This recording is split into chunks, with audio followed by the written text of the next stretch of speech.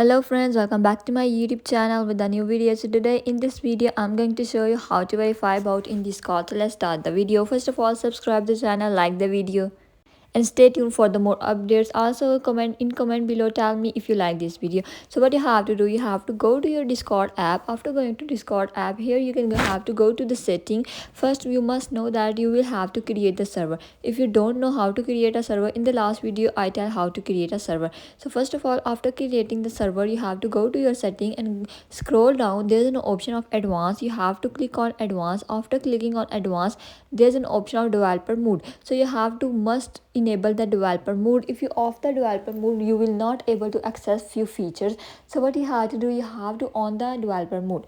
After on the developer mode, what you have to do, you just have to scroll up, and here is option of your data accounts. So you have to click on accounts. After clicking on accounts, you can see there's an option, please verify. So this is the option that we are looking for, verify your account.